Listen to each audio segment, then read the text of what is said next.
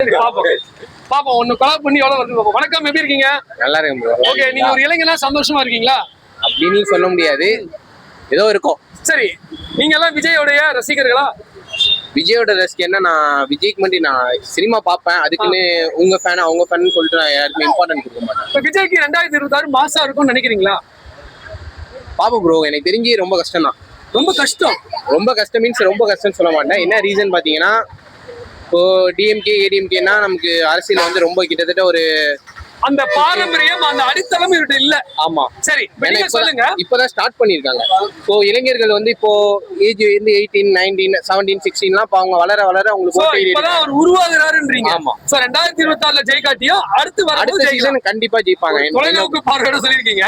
எடப்பாடி பழனிசாமி பாத்தியா, இதான் குழந்தைங்க 2000 ரூபாய் கொடுக்குறேன்னு இருக்காரு மகளிர் உரிமை. அதே மாதிரி ஆண்களுக்கும் ஃப்ரீ பாஸ், பஸ் பாஸ், வேலைக்கு போற ஆண்களுக்கும் ஃப்ரீ பாஸ் இருக்காரு.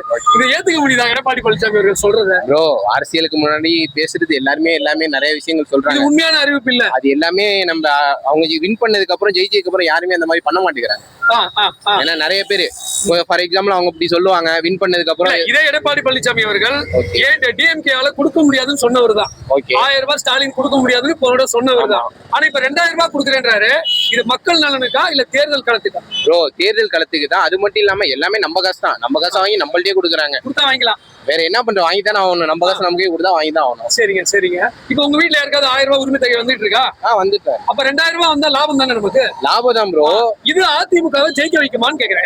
அது எனக்கு தெரிஞ்ச வரைக்கும் இப்ப இருக்கிற கட்சியை பொறுத்த வரைக்கும், ஏன்னா அது ஏடிஎம்கேங்கிறது அப்படியே ரெண்டா உடஞ்சிருச்சு. என்ன பண்ணாலும் வேலைக்கு ஆகாது. ஆமா, வாய்ப்பே இல்லை. அது உறுதியா இருக்கீங்க.